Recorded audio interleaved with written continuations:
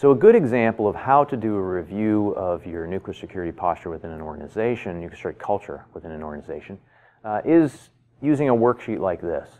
Simple worksheets like this have been used before by organizations like the World Institute for Nuclear Security and as well for the IAEA, the International Atomic Energy Agency. And in it, what it does is we look at the 28 characteristics that we looked at earlier from the Edgar Schein model, and we do a self-assessment. An organization can go through and do a self-assessment of those characteristics.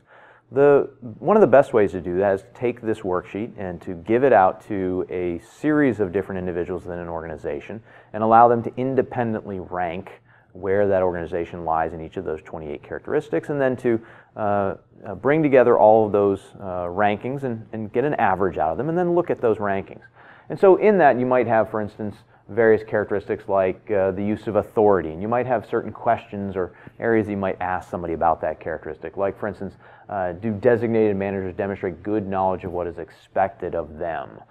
Do they recognize and take charge of all adverse security situations or situations in which vulnerability is heightened? That says something about their use of authority when they do that. And then you'd have the individual rank that. Do they totally agree, totally disagree? Usually, let's say on a 1 to 10 scale.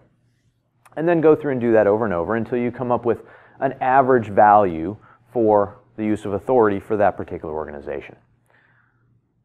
And by putting all those together, then we can look at how the facility ranks in those, these are the 28 different characteristics, how they might rank from 1 to 10. In this particular example, it was done on one side for the specifically security-related staff, and then on another side on the non-security-related staff. And the difference between the value system that you see between those two organizations can tell you something about what's going on in your facility. And in this particular case, what we're really looking for is probably weak points, areas in which we have low values, and then areas in which we have fairly large differences between the security staff and the non-security staff. So for some of these you might see, for instance, effective communication on this particular slide is actually ranked relatively low by the non-security staff, even though the security staff ranks it as being reasonably good. And so obviously there's a difference in perception between the effectiveness of communication between the non-security personnel within a facility and the security personnel. The security personnel think they're doing a good job on that. The non-security personnel don't feel like there's good communication. They may feel like we don't know what's going on within a facility. That tells you something about an area that maybe you need to focus on to try and develop a better culture there.